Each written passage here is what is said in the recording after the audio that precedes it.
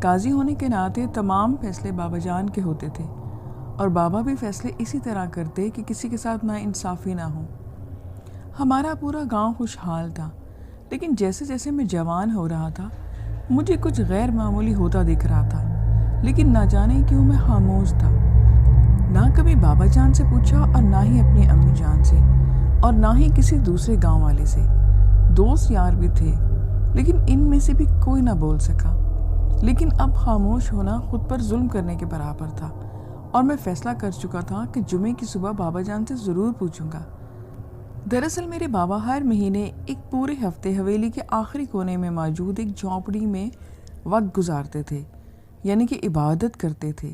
ہفتے کی صبح سے لے کر جمعرات کی رات تک کھانا پینا گھر کے ملازم دے جاتے، اور کسی کو اجازت نہ تھی کہ وہ اندر آ سکتا۔ اگر گاؤں میں مسئلہ درپیش آ جائے تو فیصلہ کرنے کا اختیار مجھے تھا۔ گاؤں کے چند ایک علماء سے مشورہ کر کے قرآن و سنت کی روشنی میں فیصلہ سنا دیتا۔ آج جمعرات کی رات تھی۔ صبح بابا جان سے بہت کچھ پوچھنا تھا۔ نیند میری حرام ہو گئی تھی۔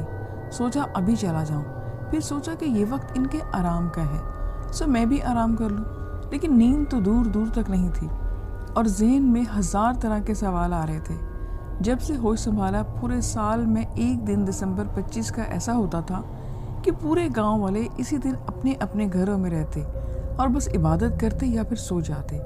کسی کو اجازت نہیں تھی کہ گھر سے باہر نکلے، اور یہ فیصلہ بابا جان کا تھا۔ سمجھ سے میری باہر تھا کہ باہر کیوں نہ نکلے۔ کبھی پوچھنے کی مجھ میں ہمت ہی نہ ہوئی۔ بابا کے کچھ فیصلے غیر معمولی تھے، لیکن گاؤں کے لوگ ان فیصلوں سے 1 انچ بھی نہیں ہٹتے تھے۔ اسی رات اگلی صبح جب کچھ معمول کے مطابق ہوتا اور رات کی کوئی بات نہیں کرتا، یہاں تک کہ گاؤں کے لڑکے جو راتوں کو نہروں کے قریب آگ جلا کر بیٹھے کرتے تھے، ان میں میرے دوست بھی ہوتے، مجھے اجازت نہ تھی کہ رات عشاء کی نماز کے بعد باہر نکلوں۔ 1-2 بار ضد بھی کی، لیکن بابا کے سخت انکار پر میں خاموش ہو گیا۔ سوال یہ تھا کہ اس رات کو مغرب کی نماز کے بعد سب لوگ اپنے اپنے گھروں میں قید کیوں ہو جاتے؟ آخر کیوں؟ اور اگر ہوتے بھی تھے تو کوئی بابا جان کے اس حکم پر بات کیوں نہیں کرتا تھا؟ اور میری 20 سالہ زندگی میں کسی نے بھی آج تک یہ حکم کیوں نہ توڑا؟ ویسے تو زندگی معمول پر تھی، لیکن یہ بات میری سمجھ سے باہر تھی۔ بستر پر لیٹے لیٹے کبھی نیند کی آغوش میں لے لیا۔ پتہ ہی نہ چلا کہ صبح امی جان کے اٹھانے پر میری آنکھ کھلی۔ سب سے پہلے پوچھا کہ بابا کدھر ہے؟ امی نے غور سے مجھے دیکھا اور پھر جواب دیا کہ وہ تو مسجد ہیں۔ وقت دیکھا تو 11 بج گئے تھے، اور فجر کی نماز سے بھی میں محروم ہو گیا۔ میں ایک دم سے اٹھا، نہا دھو کر ناشتہ کیا اور مسجد جا پہنچا۔ بابا کو دیکھا تو بولے، صاحبزادے آج دیر سے کیوں آئے؟ آپ کو ورنہ جمعے کے دن مسجد میں آ جانا چاہیے تھا۔ میں ہنس دیا اور بولا کہ بابا آپ سے بات کرنی ہے۔ تو میرے بابا نے کہا، پوچھو کیا بات ہے؟ وہی سوال جو مجھے کھائے جا رہا تھا، میں نے بابا سے پوچھ لیا۔ بابا کے چہرے پر کئی رنگ آئے اور چلے گئے۔ آج پہلی دفعہ کسی نے ان سے اس رات کے بارے میں پوچھا تھا۔ میرے بابا میرے اس سوال سے بہت گھبرا گئے اور پھر خود کو نارمل کر کے بولے کہ تم کو یہ بات آج کہاں سے یاد آ گئی؟ میں نے بھی بات ٹال مٹول کر کے جواب دیا کہ آج 1 دسمبر ہے اور 25 قریب ہے۔ بابا جان بولے کہ کچھ راز کی باتوں کو راز ہی رہنے دیا جائے۔ پھر میں خاموش ہو گیا، لیکن ایک سوال نہ جانے کیوں یاد آیا، اور نہ صرف یاد آیا بلکہ میرے منہ سے نکل بھی گیا کہ بابا آج سے 2 سال پہلے وہ 3 لاشیں کس کی تھیں؟ اب کی بار بابا جان تھوڑا سا غصے میں بولے کہ ان کو کسی جنگلی جانور نے مار ڈالا تھا، اور بولے کہ لاشیں تو تم نے بھی دیکھی تھی۔ اب کی بار میں خاموش ہو گیا، لیکن وہ لاشیں مجھے آج بھی یاد ہیں۔ ان کے کٹے جسم، بگڑے چہرے، اور ایسی کہ بات میں کر نہیں سکتا، میرے منہ میں الفاظ نہیں ہیں۔ جمعے کی نماز کے بعد گھر آ کر کھانا کھایا اور دوستوں کو لے کر میں 5 پہر کے اس حصے پر چلا گیا جہاں اس کی اصل خوبصورتی ہے۔ اپنے گاؤں سے تقریباً 35 کلومیٹر دور ہم سب دوست اپنے اپنے گھوڑے پر تھے، سو وقت بہت کم لگا۔ اپنی منزل پر پہنچ گئے۔ ہم نے دوستوں کو اپنی اور بابا جان کی گفتگو بتائی۔ میرے تینوں دوست آغا سلمان اور سردار غیاث اور علی بولے کہ پھر کیا جواب ملا؟ ان کی ایسی دلچسپی سے معلوم ہو گیا کہ وہ بھی میری طرح اس سوال کو لے کر بہت بے چین تھے۔ میں نے بتایا کہ بابا جان نے جواب نہیں دیا۔ علی بولا، قسم سے یار میں اس سوال کے جواب میں اپنے ابو سے کئی بار مار کھا چکا ہوں۔ ہم تینوں دوستوں کے کہہ سے علی کافی شرمندہ ہوا۔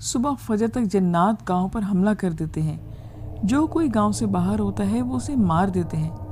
میں نے بات سنی اور بولا کہ آخر کیوں، وہ ایسا کیوں کرتے ہیں؟ تو بابا بولے کہ بیٹا یہ اس لیے کہ آج سے تقریباً 25 سال پہلے ہمارے گاؤں میں ہمارے ساتھ کچھ لوگ رہتے تھے، وہ کافی اچھے لوگ تھے۔ ان کے 3 پادری تھے اور ان میں ایک پادری کو جنات قابو کرنے میں مہارت تھی۔ ہمارے گاؤں کے کچھ لوگ اس پادری کی باتوں میں آ گئے کہ جنات قابو کر کے وہ دولت مند ہو جائیں گے۔ تقریباً 15 لوگ راضی تھے، ان میں 10 عیسائی اور 5 مسلم بھی تھے۔ 5 مسلم میں ایک تمہارے چچا سردار محمد یار بھی تھے۔ انہوں نے 25 دسمبر عیسائیوں کی عید والے دن پادری کے ساتھ مل کر پنج نہر کے اس مقام جہاں پر جنات آباد تھے وہاں پہ اپنا عمل شروع کر دیا۔ تمہارے چچا نے مجھے کہا کہ وہ ساتھ والے گاؤں جا رہا ہے اپنے کچھ دوستوں کے ساتھ۔ مجھے پتہ نہیں تھا کہ ان کا ارادہ کیا ہے، کاش مجھے ان کے ارادوں کا پتہ ہوتا۔ پھر بابا جان نے بتایا کہ اس رات جنات کی شادی بھی تھی۔ ان سب لوگوں نے پادری کی طرح عمل کرنا شروع کیا، جو پادری کہتا وہ وہی کرتے، اور اس رات موسم خوشگوار تھا۔ لیکن جیسے ہی ان لوگوں نے عمل شروع کیا، کالے سیاہ بادل چھا گئے، ہر طرف عجیب سا شور کا سما تھا، ایسی خوفناک اور ڈرا دینے والی بجلیاں کڑکی کہ نہ کبھی پہلے سنی اور نہ دیکھی۔ ہم سب گھر میں تھے، ہم لوگوں کو ان کے عمل کا پتہ ہی نہ تھا۔ ادھر ہم موسم کو ماحول کو لیے بے چین اور پریشان تھے، ادھر پادری اور باقی لوگ اپنے کام میں بزی تھے۔ نہ جانے رات کا کس پہر تھا کہ چیخو پکار کی آواز سے میری آنکھ کھلی۔ اس قدر خوفناک آواز تھی کہ بتایا نہیں جا سکتا۔ خیر جو قرآنی آیات مجھے یاد تھی، ہم ورد کرنے لگ پڑے۔ ادھر فجر کی اذان ہوئی، ادھر وہ آوازیں آنا بند ہو گئیں۔ کافی دیر ہمت ہی نہیں ہوئی کہ باہر نکل کر دیکھا جائے کہ کیا معاملہ ہوا۔ پھر ہمت کی اور باہر نکلا، کچھ ملازم ساتھ لیے اور میں چل پڑا۔ آہستہ آہستہ پورا گاؤں مسجد کے باہر جمع ہونا شروع ہو گیا۔ سب نے اتفاق کیا نماز پڑھ لی جائے اور مکمل سورج ہونے کا انتظار کیا جائے۔ خیر وقت گزرا اور ہم سب گاؤں والے نکلے۔ تھوڑا جانچ پڑتال کے بعد معلوم ہوا کہ گاؤں کے کافی عیسائی گھروں میں موجود ہی نہیں ہیں اور پادری بھی نہیں ہے۔ نہر کے پاس گئے تو جو منظر دیکھا ایسا لگا کہ کسی نے ریڑھ کی ہڈی میں برف ڈال دی ہے۔ پوری نہر خون میں بھری ہوئی تھی اور مسلسل خون بہہ رہا تھا۔ مولوی صاحب کے چہرے سے معلوم ہوا کہ وہ سب جان چکے ہیں۔ مولوی صاحب نے کہا کہ اس جگہ سے چلو جہاں دوسری مخلوق بھی رہتی ہے۔ ہم جلد ہی اس مقام پر پہنچ گئے۔ وہاں کا منظر قیامت ڈھانے والا تھا، ہر طرف لاشیں ہی لاشیں تھیں، کچھ جسموں کے ٹکڑے پڑے ہوئے تھے۔ جب باری باری دیکھا تو تینوں پادریوں کی لاشیں بہت بری حالت میں تھیں، ان کے چہرے بگڑے ہوئے تھے، آنکھیں سر سے باہر، دل جسم کے باہر لٹک رہے تھے۔ اس کے علاوہ اور بھی عیسائیوں کا یہی حال تھا، لیکن وہ 5 مسلمان صرف زخمی تھے، اور ہم خوش تھے کہ ان میں تمہارے چچا بھی تھے۔ جلدی سے ان سب کو حویلی لایا گیا۔ مولوی صاحب نے ورد کیا، لیکن ان لوگوں کی حالت میں کوئی بہتری نہ آئی۔ سب کے سب مسلسل بے ہوشی کی حالت میں تھے۔ ان کے زخموں کی مرہم پٹی کی گئی۔ تقریباً 5 گھنٹے کے مسلسل ورد کے بعد ان کو ہوش لایا گیا، تو اس کے بعد جو ہوا وہ قابل رحم تھا۔ ہوش میں آنے کے بعد انہوں نے ایسا چیخنا شروع کیا کہ جیسے زندہ جلائے جا رہے ہوں۔ ایسی آوازیں کہ ایسے خوفناک وہ آوازیں نکال رہے تھے کہ بہت سے لوگ کمرے سے باہر بھاگ گئے۔ مولوی صاحب نے سورتیں پڑھنا شروع کر دی۔ اس کے ساتھ ہی سب کو ہوش آ گیا۔ ہمیں کچھ سمجھ نہیں آ رہا تھا کہ مولوی صاحب نے اپنے شاگردوں کو کیا حکم دیا کہ وہ مسلسل ورد کرتے رہیں۔ مولوی صاحب گاؤں کے جو لوگ موجود تھے انہیں ساتھ لے کر صحن میں آ گئے اور کہا کہ مجھے یقین ہے کہ اس بات پر کہ ان لوگوں نے جنات کو تنگ کیا ہے، اب سمجھ سے باہر تھا کہ کیا کیا جائے۔ آخر مولوی صاحب نے فیصلہ کیا کہ وہ اپنے شاگردوں کے ساتھ اسی کمرے میں حصار باندھیں گے۔ کچھ تیاریوں کے بعد اس کمرے میں حصار باندھا گیا جہاں وہ لوگ سب موجود تھے۔ باقی سب باہر چلے گئے۔ ابھی 5 منٹ ہی ہوئے تھے کہ ایک دم سے بارش ہونا شروع ہو گئی۔ بجلیاں کڑکنے لگیں اور کوئی عام بارش نہیں، خون کی بارش۔ ایسا خوف حویلی میں محسوس ہو رہا تھا کہ بتایا نہیں جا سکتا۔ اب کمرے میں چیخوں کی آوازیں آ رہی تھیں۔ اس کے ساتھ ساتھ مولوی صاحب اور ان کے شاگردوں کے آیت الکرسی پڑھنے کی آوازیں بھی بلند ہو رہی تھیں کہ اچانک خاموشی چھا گئی۔ اب ہم سے رہا نہ گیا، اندر داخل ہوئے۔ کیا دیکھتے ہیں کہ 5 لوگ کمرے کی چھت پر لٹک رہے ہیں۔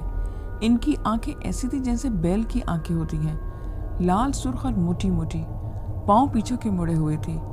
ہاتھ گردن کے گرد لپٹے ہوئے تھے، گردن ایسے لٹکی ہوئی تھی کہ جان ہی نہ ہو۔ مولوی صاحب نے سخت غصے سے سوال کیا کہ کون ہو تم اور کیوں ان کو اذیت دے رہے ہو؟ وہ سب ہنسنے لگے اور کہہ کہو کی آوازیں بلند ہونے لگی۔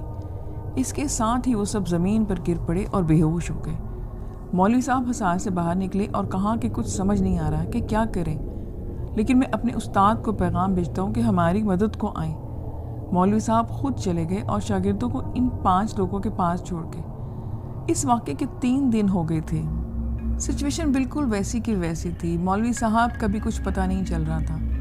پورے گاؤں میں خوف و ہراس پھیلا ہوا تھا، لیکن ایک بات تھی کہ مسلسل 3 راتوں کو بجلیاں کڑکتی اور خون کی بارش ہوتی، لیکن صبح خون کا ایک قطرہ بھی نظر نہ آتا۔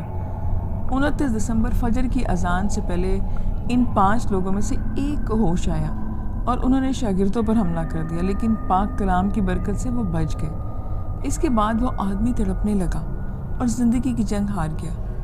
اس دن 2 اور لوگ بھی زندگی کی بازی ہار گئے۔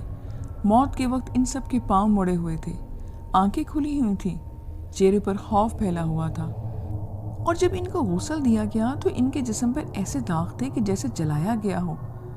30 دسمبر کی صبح مولوی صاحب اپنے استاد کے ساتھ آئے۔ 3 لوگوں کو کم پایا تو پہلے ان کی مغفرت کی دعا کی۔ شیخ صاحب نے بنا وقت ضائع کیے اپنا عمل شروع کر دیا۔ ایک دم سے ایک آدمی کو دورے پڑے اور وہ بھی چل بسا۔ صرف تمہارے چچا زندہ رہ گئے، اور ایک آخری امید ان کو بچانے کی اور اس معاملے کو سمجھنے کی تھی۔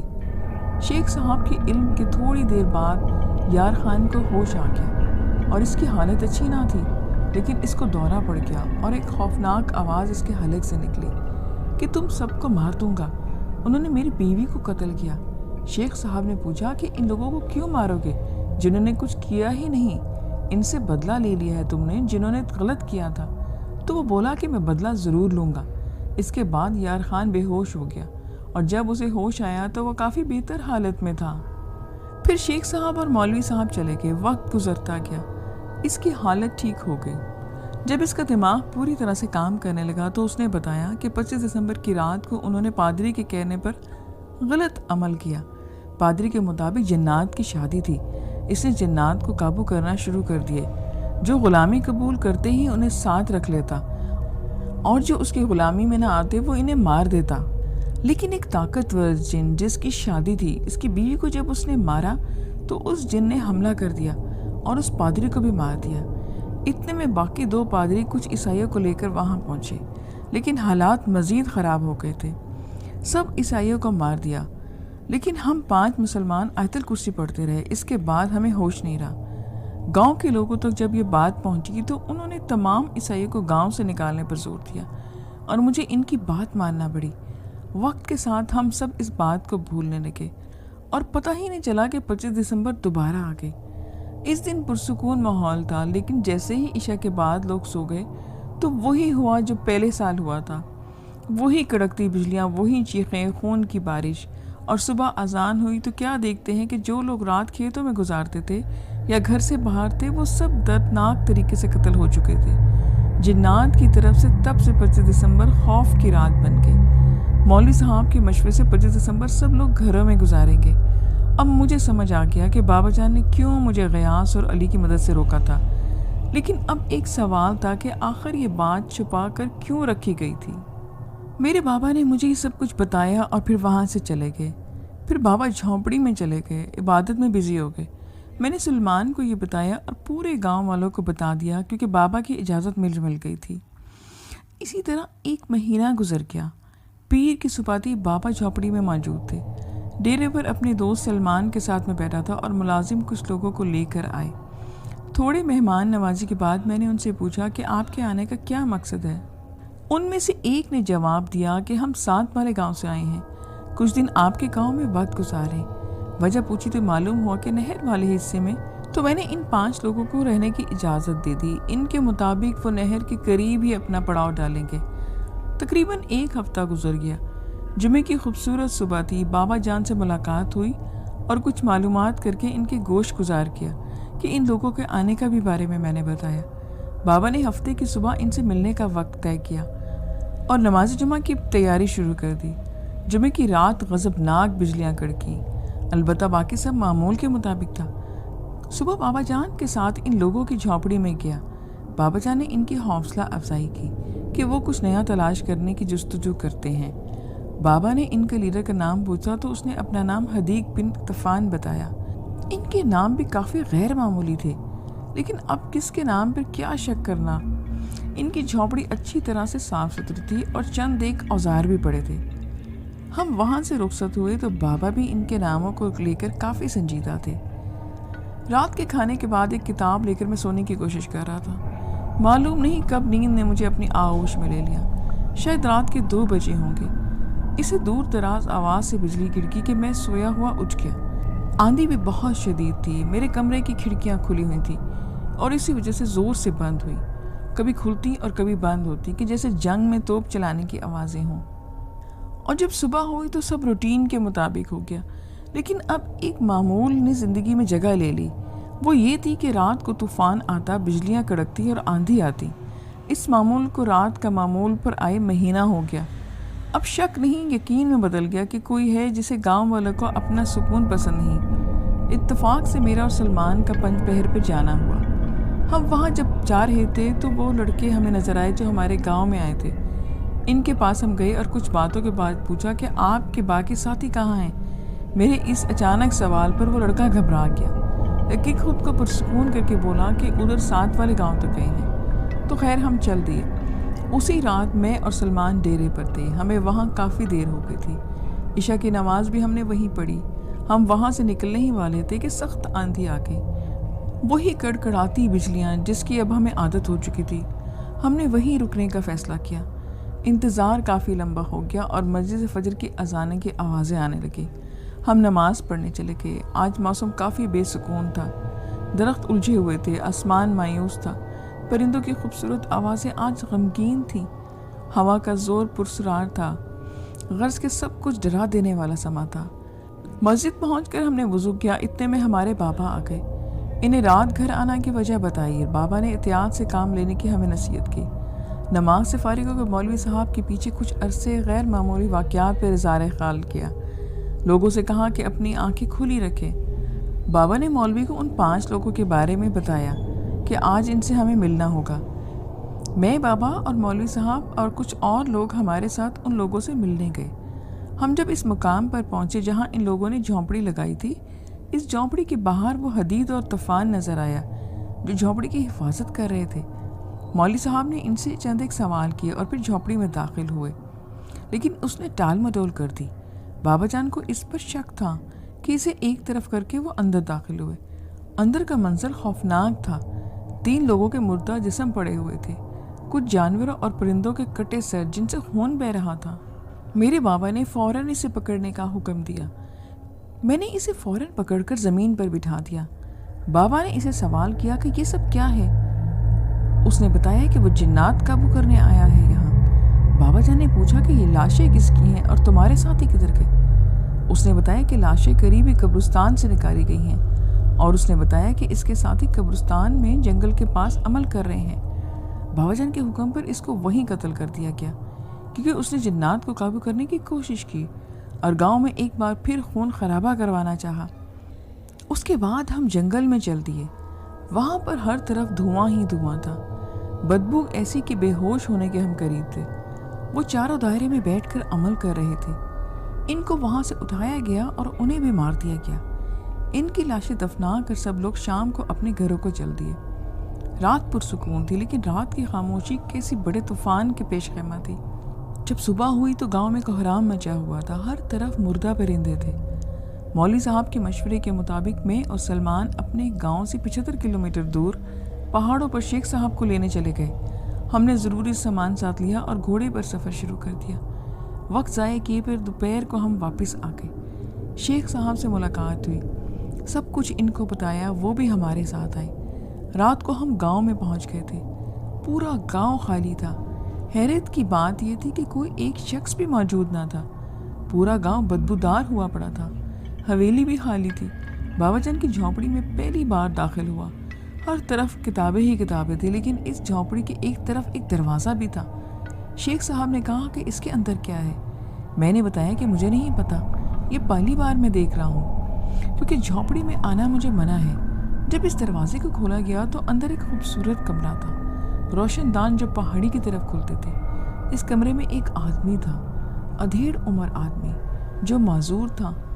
اس شخص کو میں نے پہلی بار دیکھا تھا اور اس کے پاس ایک آدمی بیٹھا ہوا تھا۔ شیخ صاحب نے اسے دیکھتے ہی کہا کہ یار خان تم؟ مجھے تو ایسا لگا کہ شاید میں خواب دیکھ رہا ہوں۔ یار خان یعنی کہ میرے چچا، وہ تو فوت ہو گئے تھے۔ بابا جان نے کبھی ان کی وفات کا ذکر نہیں کیا تھا۔ او میرے خدایا، یہ کیا ہو رہا ہے؟ شیخ صاحب نے اس کمرے میں حصار باندھا۔ میں سلمان اور چچا جان بھی وہیں موجود تھے۔ تھوڑی ہی دیر میں بہت ڈرانے والا موسم ایک دم سے شروع ہو گیا اور پھر اس کمرے میں ایک آدمی آیا۔ اس نے کہا کہ میں اس شخص کو نہیں چھوڑوں گا، کتنے عرصے سے چھپا رکھا ہے اسے تم لوگوں نے۔ شیخ صاحب نے سب لہجے میں کہا کہ اس نے اپنی جوانی بستر پر گزار دی، اب کیا چاہتی ہو تم؟ وہ شخص بولا کہ اس کی موت قریب ہے اور اس کا ساتھ دینے والوں کی بھی۔ شیخ صاحب نے کچھ پڑھ کر اس پر پھونکا تو وہ تڑپنے لگا، اور پھر شیخ نے کہا کہ سوال کیا کہ کدھر گاؤں کے لوگ ہیں؟ تو انہوں نے جواب دیا کہ ڈھونڈ لو، لیکن صرف 2 دن میں تمہارے پاس۔ اس کے بعد وہ آدمی دم توڑ گیا۔ شیخ صاحب نے چچا کو اس آدمی کے پاس چھوڑا اور ہمیں لے کر جنگل میں چل دیے۔ جنگل میں گاؤں کے کچھ لوگ مردہ حالت میں تھے اور کچھ زندہ۔ جو زندہ تھے انہیں آیت الکرسی کا پانی دم کر کے دیا گیا، وہ سب ہوش میں آ گئے۔ شیخ صاحب نے ایک بڑا گول دائرہ لگا کر سب کو اس میں بٹھایا اور اپنا عمل شروع کر دیا۔ ایک دم سے بادل چھا گئے اور بارش ہونا شروع ہو گئی، بجلیاں کڑکنے لگیں اور پھر آندھی آ گئی، بہت چمگادڑ، اور ایک دم سے بہت سے کوے آئے، لیکن دائرے سے ٹکراتے ہی مر جاتے۔ ایک دیو کامن شخص قریب آیا اور کہا کہ کیوں تنگ کر رہے ہو ہمیں؟ شیخ صاحب نے جواب دیا کہ جنات نے ہمیں تنگ کر رکھا ہے۔ وہ بولا کہ غلطی بھی تو تمہاری ہے، اس بحث کو لمبا نہ کرو۔ اس شخص نے کہا کہ یا تو تم ان لوگوں کو گاؤں چھوڑ کر چلے جاؤ یا پھر سب کے سب یہاں سے باہر نکلو گے، ہم مار دیں گے تمہیں۔ اب کیا تھا، ایک اور خوف نے ہمیں آ جکڑا۔ شیخ صاحب نے کہا کہ تم ان لوگوں کو مار دو جنہوں نے غلط کیا ہے، اب مزید تنگ نہ کرو ہمیں۔ آخر کا اس نے کہا کہ میں ان لوگوں کو مار دوں گا۔ تو معاملہ طے پایا کہ ان میں سے جو بھی 5 پہر کے قریب جائے گا وہ اپنی موت کا ذمہ دار خود ہوگا، کیونکہ شیخ صاحب بھی اللہ کے ولی تھے۔ اس شخص کو یقین تھا کہ اب شیخ صاحب بھی پیچھے نہیں ہٹیں گے۔ شیخ صاحب نے اس سے کہا کہ کیونکہ 5 پہر پر پانی کا وہ مقام ہے جہاں تم لوگ آباد ہو اور وہاں سے گاؤں والوں کا گزر ہوتا ہے، اس لیے تم اس جگہ کو پتھروں سے ڈھانپ دو۔ اسی طرح جنات کے ساتھ سب کچھ طے ہوا، کیونکہ پہاڑوں پر عمل کرنا نہایت ہی مشکل ہوتا تھا، کوئی شخص وہاں عمل نہیں کر سکے گا۔ اس شخص نے دیکھا کہ شیخ صاحب کی بات میں وزن ہے تو وہ مان گیا۔ اس کے بعد وہ آدمی وہاں سے چل پڑا اور نظروں سے غائب ہو گیا۔ شیخ صاحب سب لوگوں کے ساتھ گاؤں میں آ گئے، مردہ کو دفنا دیا گیا۔ گاؤں میں وہ منوست نہیں رہی۔ شام حویلی میں گئے تو بابا جان اور امی جان کو اور مجھے لے کر جھوپڑی میں چلے گئے اور چچا جان سے ملے۔ بابا جان نے بتایا کہ چچا کی طبیعت اس واقعے کے بعد کافی خراب تھی، تو مولوی صاحب نے مشورہ کر کے بابا کو اسی کمرے میں مستقل قید کر دیا، جبکہ کسی کو نہیں بتایا کہ چچا جان کدھر گئے، کیونکہ جنات کو غیب کا علم نہیں ہوتا، اس لیے آسان نہ تھا۔ رات حویلی پرسکون تھی۔ اگلے دن جمعہ کا خطبہ شیخ صاحب نے دیا، جس میں بتایا کہ کسی بھی مخلوق پر ظلم نہ کرو، اور اس کے بعد ہم انہیں چھوڑنے چلے گئے۔ 5 پہر کا نیا روپ اب ہمارے سامنے تھا۔ جہاں جنات آباد تھے وہاں پانی کا نام و نشان نہیں رہا، کیونکہ پانی پر اب پہاڑ تھے اور ارد گرد بڑے بڑے پتھر۔